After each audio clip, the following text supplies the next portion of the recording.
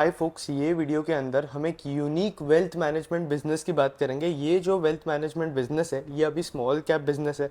अगर आप देखोगे तो इसका मार्केट कैप सिर्फ 16,000 करोड़ के आसपास है। बात कर रहे हैं हम आनंद राठी वेल्थ लिमिटेड की। अब ये कंपनी के बारे में बात करने के पहले हम एक बार स्टैट्स देख लेते, क्योंकि ये स्टॉक ने मल्टी बैगर रिटर्न्स दिए, मतलब 115% का रिटर्न दिया है एक साल के अंदर। और एक बार हम इंडस्ट्री के स्टैट्स देख लेंगे, फिर उसके बाद हम बात करेंगे कि कंपनी के अंदर चल क्या रहा है, और उसके बाद हम कंपनी का जो मैनेजमेंट है वो इस कंपनी से रिलेटेड क्या फ्यूचर गाइडेंस दे रहा है, और मैनेजमेंट की क्या एक्सपेक्टेशंस है आगे के बिजनेस से, और हमें क्या एक्सपेक्टेशंस रखनी चाहिए इस बिजनेस से। क्या ये बिजनेस जो है वो इन्वेस्टेबल है, कंसिडर करना भी चाहिए। तो उस केस स्टडी पे हम जो है आनंद राठी वेल्थ की आज पूरी बात करेंगे। तो पहले आनंद राठी की बात करें तो उसके पहले हम एक बार इंडस्ट्री की बात कर लेते हैं।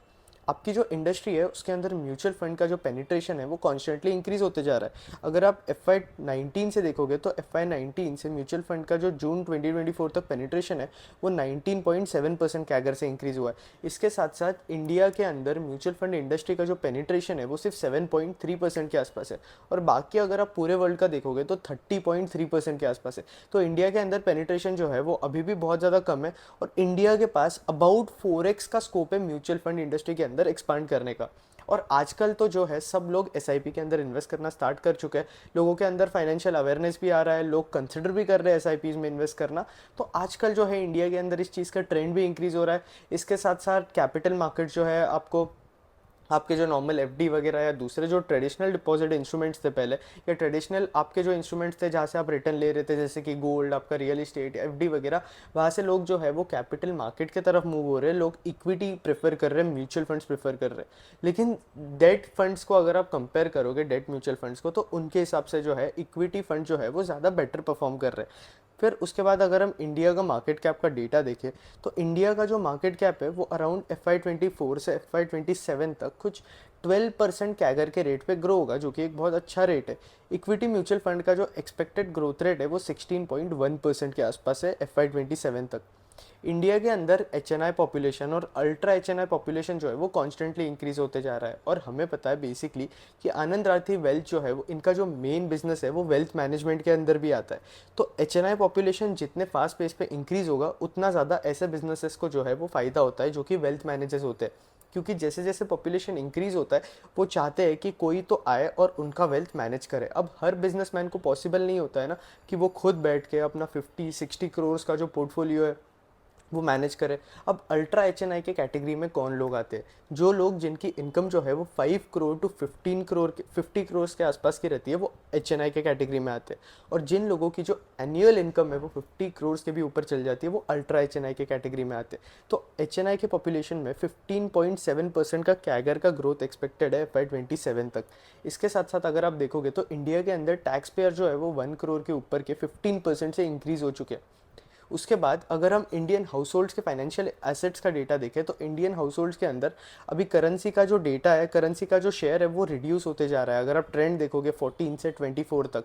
इसके साथ साथ आपका डिपॉजिट्स का भी नंबर जो है वो रिड्यूस होते जा रहा है शेयर के अंदर। इक्विटी का जो शेयर है वो कॉन्स्टेंटली इंक्रीज होते जा रहा है। इक्विटी म्यूचुअल फंड्स का भी शेयर जो है वो इंक्रीज होते जा रहा है। आपके म्यूचुअल फंड्स का शेयर पहले से जो है ज़्यादा इंक्रीज नहीं देखने मिला है, बट 0.2 का इंक्रीज हमें म्यूचुअल फंड के अंदर देखने मिला है। फिर गवर्नमेंट सिक्योरिटीज़ का जो शेयर है वो धीरे धीरे कम होते जा रहा है, और आपका सेविंग्स अकाउंट के अंदर भी लोगों का जो पेनिट्रेशन है मतलब लोग जो है प्रेफर नहीं कर रहे आजकल सेविंग्स अकाउंट खोलना है। इनफैक्ट वो इक्विटी म्यूचुअल फंड्स और इक्विटी कैपिटल मार्केट्स को ज़्यादा प्रेफर कर रहे हैं। क्योंकि अब बेसिकली अब एक बात बता देता हूँ कि ये जो बिजनेसेस है इक्विटी म्यूचुअल फंड वाला, इक्विटी कैपिटल मार्केट वाला, ये जो है एक बहुत ज़्यादा साइक्लिकल बिजनेस है।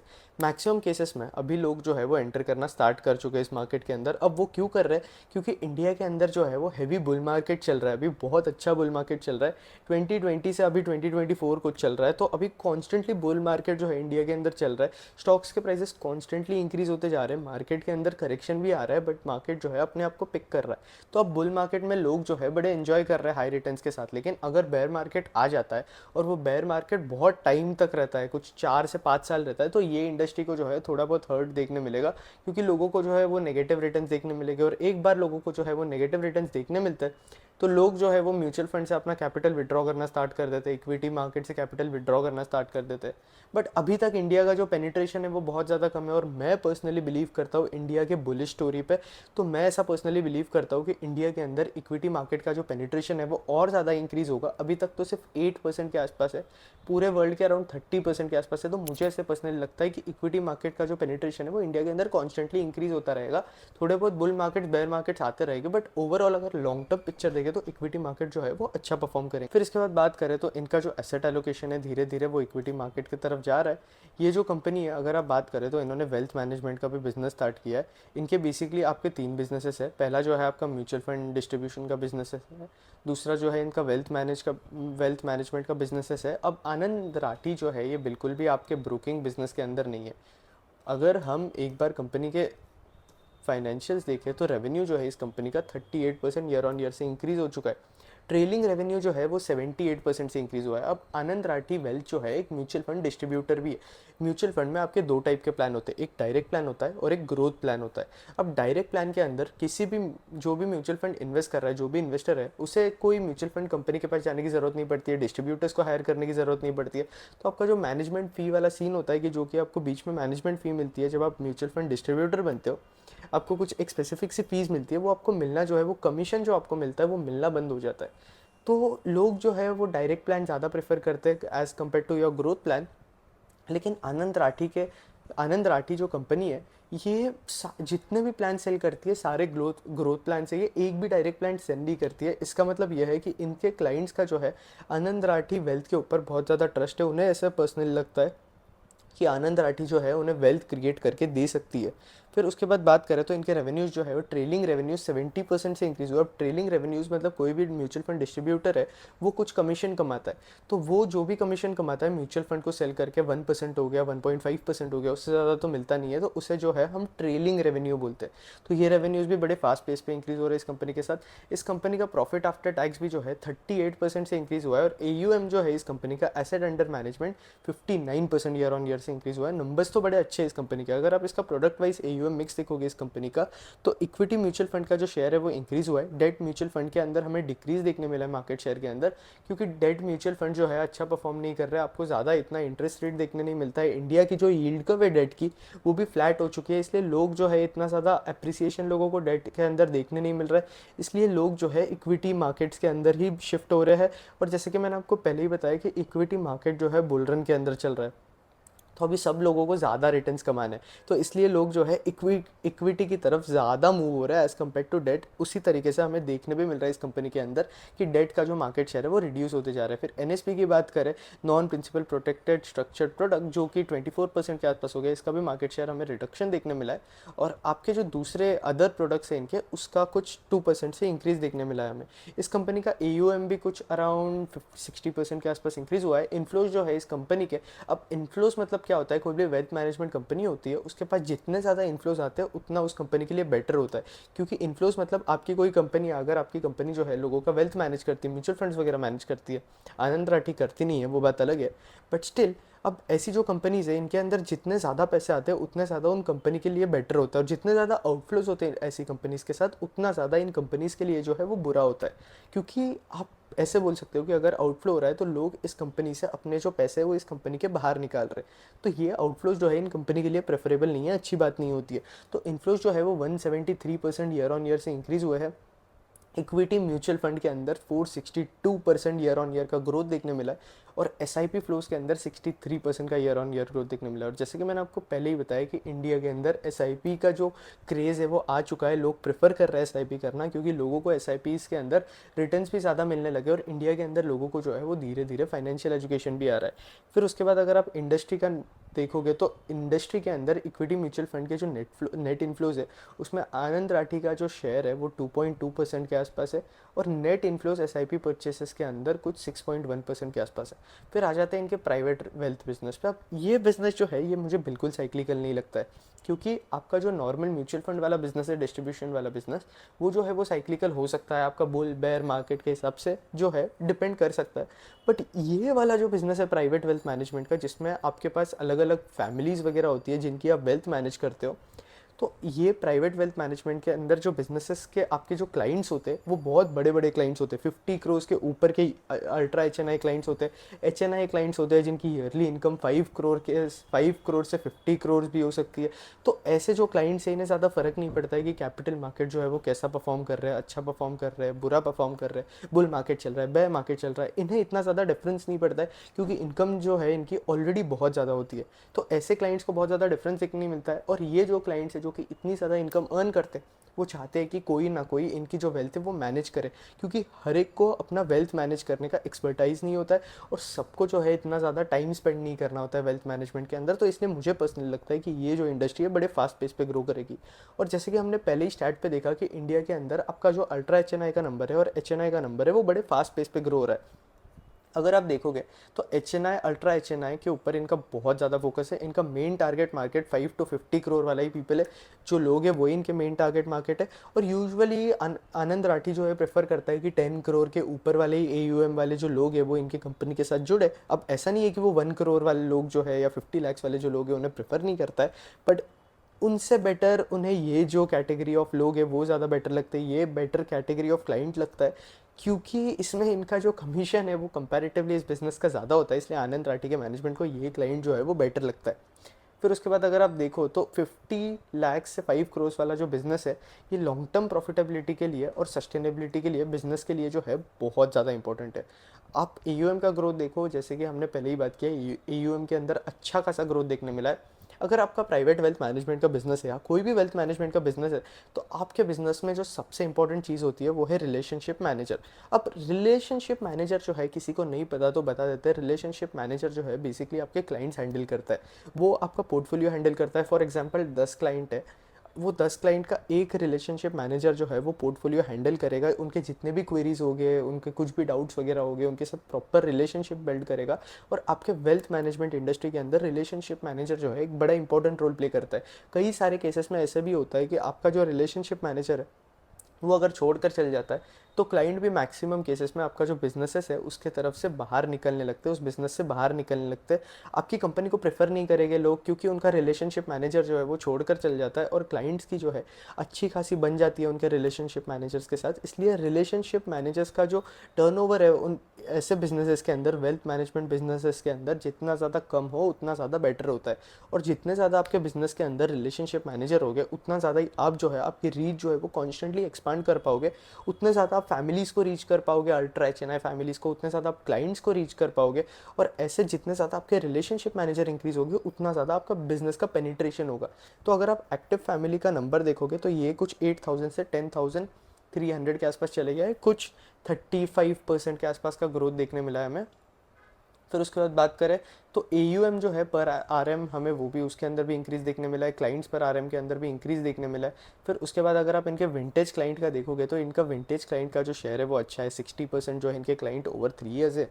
और अब ओवर 3 ईयर्स वाला जो क्लाइंट है ये भी कोई अच्छा नहीं है, हमने वेल्थ फर्स्ट के कॉनकॉल में भी देखा है। अगर आप देखोगे तो आप वेल्थ फर्स्ट का कॉनकॉल चेक करोगे तो इनका जो क्लाइंट वाला रेशियो है वो मुझे बहुत ज़्यादा बेटर लगता है, क्योंकि इनमें बहुत सारे क्लाइंट्स है जो कि इनके पास बहुत टाइम से, मतलब 5 साल 10 साल से इनके पास जो क्लाइंट है वो बहुत टाइम से रुके हुए हैं वेल्थ फर्स्ट के पास। तो ये वाला जो बिजनेस है वो भी मुझे बड़ा अट्रैक्टिव लगता है।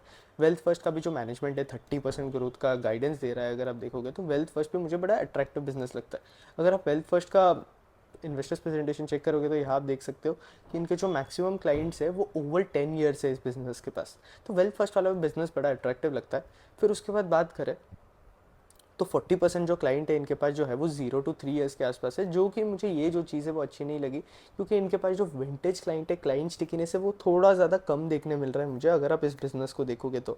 बट एक और चीज़ मुझे ये देखने लगी कि इस बिज़नेस के अंदर जो क्लाइंट एट्रिशन होता है वो रिड्यूस होने लगा है, और आपका जो क्लाइंट AUM है उसके अंदर आप नोटिस करोगे तो कोई ज़्यादा चेंज नहीं है, बट AUM के अंदर आपको जो है वो इंक्रीज़ देखने मिला है। अब RM का जो टर्नओवर है इस कंपनी के अंदर वो बहुत ज़्यादा कम है। इनफैक्ट आप रिग्रेट RM एट्रीशन देखोगे तो कुछ 0% के आसपास का जा चुका है, पहले कुछ 0.7% के आसपास था, अभी 0% के आसपास जा चुका है, जो कि एक बहुत अच्छी बात है, अच्छा नंबर है ये बहुत ज़्यादा इंडस्ट्री के हिसाब से।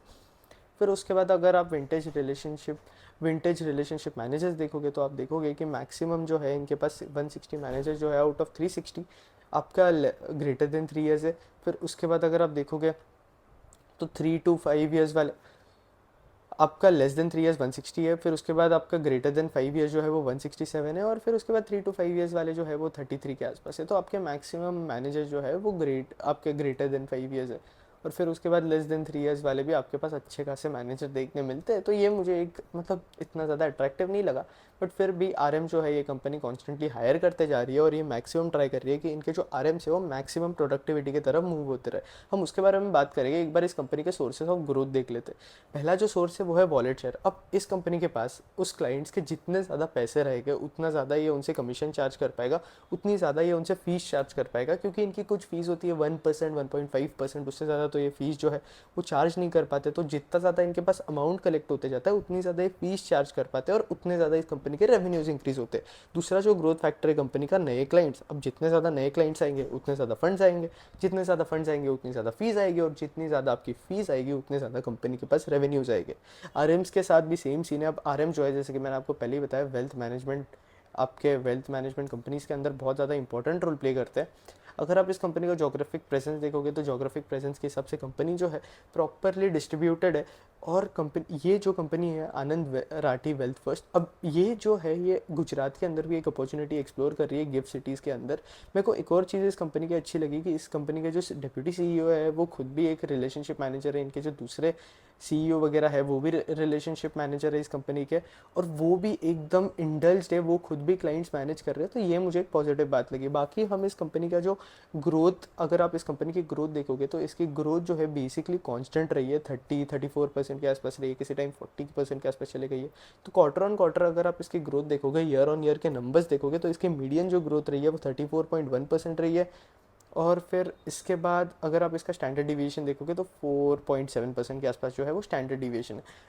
गाइडेंस मुझे पर्सनली पसंद नहीं आया, क्योंकि अगर आप देखोगे तो गाइडेंस मैनेजमेंट ने दिया है FY25 के लिए 910 का, और प्रॉफिट आफ्टर टैक्स का जो गाइडेंस दिया है वो है 280 का। अब 910 अगर आप देखोगे तो अभी के कुछ रेवेन्यूज़ है इस बिज़नेस के 752, तो उस हिसाब से 910 बहुत ज़्यादा कम हो जाता है। मतलब 21% का ग्रोथ का जो गाइडेंस है वो दे रहा है मैनेजमेंट। नुवामा वेल्थ फर्स्ट भी ये, नुवामा का जो वेल्थ का बिजनेस है वेल्थ मैनेजमेंट का, वो भी यही सेम गाइडेंस दे रहा है। वेल्थ फर्स्ट, आपका जो वेल्थ फर्स्ट वाली जो ये कंपनी है ये अच्छा खासा गाइडेंस दे रही है, मतलब 30% का गाइडेंस दे रही है। नुवामा भी वही 20 to 25% के बीच में गाइडेंस दे रहा है। रेवेन्यू ग्रोथ की बात कर रहा हूँ मैं। और आपका प्रॉफिट आफ्टर टैक्स की बात करोगे तो प्रॉफिट आफ्टर टैक्स का भी वही ऑपरेटिंग लेवरेज जो है, कंपनी इतना ज़्यादा दिखा नहीं रहा है, इतना ज़्यादा एक्सपेक्टेशंस नहीं दे रहा है। कुछ 23% के आसपास आपका पीएटी इंक्रीज होगा, तो ऑपरेटिंग लेवरेज आपके कंपनी को 1% 2% के आसपास जो मिलेगा। तो ये मुझे इतना ज़्यादा पसंद नहीं आया, इतना ज़्यादा अट्रैक्टिव सा नहीं लगा। अब एम्प्लॉय कॉस्ट इस कंपनी का कॉन्स्टेंटली बढ़ रहा है, क्योंकि ये जो कंपनी है कॉन्स्टेंटली अपने आरएम्स जो है वो कॉन्स्टेंटली ऐड करते जा रही है। फिर उसके बाद अगर आप देखोगे तो कंपनी का जो है डिसेंट परफॉर्मेंस रहा है, इतना ज़्यादा अट्रैक्टिव नहीं है, बट इसका प्राइवेट वेल्थ वाला जो सेगमेंट है वो मुझे अट्रैक्टिव लगा। आपका जो नुवामा का है वो भी प्राइवेट वेल्थ वाला जो सेगमेंट है वो भी अट्रैक्टिव है। वेल्थ फर्स्ट का भी जो सेगमेंट है वो भी अट्रैक्टिव है। लेकिन आपकी जो आनंद राठी वेल्थ मैनेजर है, अब ये जो है म्यूचुअल फंड डिस्ट्रीब्यूशन से भी अच्छा खासा बिजनेस जो है इनका जनरेट कर रहा है। अबाउट 37% जो इनके रेवेन्यूज़ है वो इनके म्यूचुअल फंड डिस्ट्रीब्यूशन से भी आते हैं, और जो आपके जो दूसरे फाइनेंशियल प्रोडक्ट्स है जो कि ये सेल और डिस्ट्रीब्यूट करते हैं उससे कुछ 62% के आसपास जो है कंपनी के जो है रेवेन्यूज आते हैं। अभी कंपनी ने रिसेंटली बायबैक किया है। बायबैक करना मेरे हिसाब से तो एक पॉजिटिव सिग्नल है कंपनी के लिए, क्योंकि इस तरीके से कंपनी का जो मैनेजमेंट है वो टैक्स भी बचा लेता है। जब वो डिविडेंड्स देता है तो आपको बेसिकली शेयर होल्डर्स को भी टैक्स लगता है, कंपनीज को भी टैक्स लगता है। लेकिन जब आप बायबैक करते हो तो कंपनी को जो है कंपैरेटिवली कम टैक्स लगता है। तो ये टैक्स एफिशिएंट तरीका भी है डिविडेंड्स देने का। इसके साथ साथ कंपनी का पे आउट रेशियो अगर आप देखोगे तो 20 25 30% के आसपास है। मैनेजमेंट जो है देने के लिए भी तैयार है इतना ज़्यादा पे आउट 30% के आसपास का, क्योंकि ये मैनेजमेंट बोलता है कि हमें कोई एक्सपेंशन वगैरह नहीं करना है, हमें कोई आरएम्स वगैरह नहीं खरीदने, हमें एकदम कॉम्पिटिटिव, हम इंडस्ट्री से कॉम्पिट नहीं कर रहे कि हमें बहुत ज़्यादा एक्सपेंस करना है जैसे कि इंडस्ट्री के दूसरे कंपनीज कर रहे हैं, और उस तरीके से हमें वो एक्सपेंस वाला गेम नहीं खेलना है। इसलिए ये 25 to 30% वाला जो इनका रेवेन्यूज़ है वो डिविडेंड के हिसाब से दे देते हैं। और बायबैक करने की एक और पॉजिटिव चीज़ होती है कि कंपनी का जो मैनेजमेंट है वो सोच रहा है कि कंपनी का जो बिजनेस है, कंपनी के जो शेयर्स है वो अंडर वैल्यूड है। तो ये एक और पॉजिटिव साइन हो जाता है आपके शेयर होल्डर्स के लिए। फिर उसके बाद बात करें तो कंपनी के मैनेजमेंट ने और क्या क्या बोला है, तो इनके जो ट्रेलिंग रेवेन्यूज़ है हमने पहले ही बात कर ली, 70% से इंक्रीज़ हुए हैं। इनके इन्फ्लोज भी कॉन्स्टेंटली इंक्रीज़ होते जा रहे हैं। अगर आप इनका ग्रोथ ड्राइवर्स देखोगे तो कंपनी के मैनेजमेंट ने 20 to 25% का गाइडेंस दिया है हर साल ग्रो करने का फॉर लॉन्ग टर्म बेसिस। फिर उसके बाद बात करें तो कंपनी के जो मैनेजमेंट है वो बोल रहे हैं कि डेट के अंदर जो है लोगों का आपका पेनिट्रेशन जो है वो धीरे धीरे रिडक्शन होने लगा है, मार्केट शेयर जो है उसके अंदर रिडक्शन देखने मिला है, क्योंकि डेट के अंदर हमें इतना ज़्यादा रिटर्न्स के अंदर ग्रोथ देखने नहीं मिल रहा है। फिर उसके बाद बात करें तो इनका जो स्ट्रक्चर्ड प्रोडक्ट है उसके लिए ये बोलते हैं कि जितने ज़्यादा इंटरेस्ट रेट्स हो गए, मतलब इंटरेस्ट रेट ज़्यादा मतलब आपके 7 to 8% के आसपास ही हो सकते हैं, और इन्हें अच्छी खासी वॉलेटिलिटी चाहिए जिसमें इनके स्ट्रक्चर्ड प्रोडक्ट्स जो है वो अच्छे खासा परफॉर्म कर सके। बट अगर ये नहीं हो रहा है तो इनके स्ट्रक्चर्ड प्रोडक्ट्स को इन्हें फिर से जो है वो रीस्ट्रक्चरिंग इनके प्रोडक्ट्स की करनी पड़ेगी। अब ट्रेलिंग रेवेन्यूज़ और अपफ्रंट रेवेन्यूज़ की बात करें तो मैनेजमेंट को जो है 50-50 मिक्सचर चाहिए दोनों बिजनेस के अंदर। 50 आपके दोनों टाइप्स के अंदर ट्रेलिंग रेवेन्यू और नॉर्मल अपफ्रंट रेवेन्यू जो है 50-50 रेशियो चाहिए। और फिर उसके बाद बात करें तो आपको 460% का इक्विटी नेट फ्लोज देखने मिलेगा। और जैसे कि मैंने आपको पहले ही बताया, कंपनी जो है आनंद राठी वेल्थ, अब ये कोई भी डायरेक्ट प्लान सेल नहीं करती, ये सारे ग्रोथ प्लान सेल करती है, तो इसमें इनको कमीशन भी मिलता है। तो कंपनी को जो है 1% उनकी जो कमीशन है वो भी कमाने का एक चांस मिल जाता है। तो ये भी कंपनी के लिए रेवेन्यू पे ऐड हो रहा है धीरे धीरे। तो ये सब जो चीज़ें हैं अब ये दिखाती है कि क्लाइंट्स का जो है वो ट्रस्ट भी ज़्यादा है। अब कंपनी के मैनेजमेंट ने ये भी बोला कि आनंद राठी जो है एक पब्लिक कंपनी है, पब्लिकली लिस्टेड कंपनी है, तो अगर आपकी कंपनी जो है वो पब्लिकली लिस्टेड होती है तो उसे कंपैरेटिवली क्लाइंट जो है वो ज़्यादा वैल्यू करते, क्लाइंट्स का जो ट्रस्ट है उस कंपनी पे वो और ज़्यादा इंक्रीज़ हो जाता है। तो उस हिसाब से वो जो है ज़्यादा से ज़्यादा अपना कैपिटल जो है उसी कंपनी को देना स्टार्ट कर देते। तो ये एक और पॉजिटिव चीज़ हो जाती है कंपनी के लिए। फिर प्रॉफिट आफ्टर टैक्स की बात करें तो जितना भी ये कमाती है 30 to 50% जो है वो डिविडेंड्स के फॉर्म में दे देती है, क्योंकि इन्हें जो है इतनी कंपटीशन जो है होती नहीं है। अब ये गिफ्ट सिटी के अंदर, जैसे कि मैंने आपको पहले ही बताया, इनका एक्सपेंशन चल रहा है। अब मैं ये कॉन कॉल चेक क्यों कर रहा हूँ, ये मैं चेक कर रहा हूँ क्योंकि मेरा जो एम है आपको मैनेजमेंट की जितनी भी बातें वो बताना है, ताकि आप खुद एनालिसिस कर पाओ ये इन्फॉर्मेशन सुन के। ये इतनी ज़्यादा इन्फॉर्मेशन दे रहा हूँ मैं आपको एक वीडियो के अंदर, ताकि आप खुद एनालिसिस कर पाओ। आपको कोई ज़रूरत नहीं है ये कॉन कॉल्स वगैरह पढ़ने की, ये 19 पेजेस के डॉक्स पढ़ने की, आपको खुद पढ़ने की ये ज़रूरत नहीं पड़ेगी। आपका काम इजी करके दे रहा हूँ, मेन ये पर्पस का यही वीडियो है, इसलिए मैं एक बार कॉन कॉल चेक कर रहा हूँ ताकि मैं जो कोई भी इन्फॉर्मेशन है वो मिस ना कर सकूँ। जैसे कि मैंने आपको पहले ही बताया कि आपका एक आरएम इस कंपनी के अंदर 50 क्लाइंट जो है वो मैनेज करता है, और जैसे ही कोई भी आरएम के ऊपर बहुत ज़्यादा प्रेशर हो जाता है, कंपनी के सीईओ वगैरह जो है वो खुद आरएम्स है, वो खुद क्लाइंट्स मैनेज करते हैं। और ये 50 क्लाइंट्स के ऊपर अगर किसी आरएम्स के पास हो जाते तो वो क्या करते कि उनके नीचे और 2-3 आदमी होते, 2-3 लोग होते, तो उन्हें वो इनके जो अटेंडेंट्स होते हैं, जो 2 लोग होते हैं, उन्हें वो दूसरे छोटे मोटे क्लाइंट्स दे देते हैं। बड़े क्लाइंट्स आरएम अपने खुद के पास रख लेते हैं, और वो छोटे मोटे जो इनके अटेंडेंट्स होते हैं उन्हें वो आरएम्स बना देते हैं। तो ये जो मॉडल है मुझे बड़ा इंटरेस्टिंग लगा, और ये कंपनी के जो आरएम्स है उनको भी प्रोडक्टिव रखता है। तो इसलिए इस कंपनी का आरएम एट्रीब्यूशन, जो एट्रीशन वाला जो लेवल है वो भी इस कंपनी का कम है। अगर आप देखोगे इन्फ्लोज से तो 20 to 25% जो है वो नए क्लाइंट से इन्फ्लो आ रहा है। 70 to 75% या फिर 80% के आसपास का जो इन्फ्लो है वो एग्जिस्टिंग क्लाइंट से आ रहा है। अब एग्जिस्टिंग क्लाइंट से अगर आपका मैक्सिमम इन्फ्लो आ रहा है तो ये आपके बिजनेस के लिए बड़ी पॉजिटिव बात है, क्योंकि एग्जिस्टिंग क्लाइंट्स आपको और से और पैसे देते जा रहे हैं आपके बिजनेस के अंदर, जो कि आप आपके बिजनेस के अंदर यूज़ कर सको। फिर उसके बाद अगर आप देखोगे तो अब ये जो डेटा है ये बड़ा इंटरेस्टिंग लगा मुझे। अब ये हमें ब्रोकिंग बिजनेसेस को एनालाइज करने में भी हेल्प करेगा। मैक्सिमम जो लेस देन 30 ईयर्स है, अब ये वेल्थ मैनेजमेंट वाला बिजनेस है, ये बेसिकली स्टेबल बिजनेस है, इसमें एज ग्रुप का जो है इतना ज़्यादा डिफरेंस पड़ता नहीं है।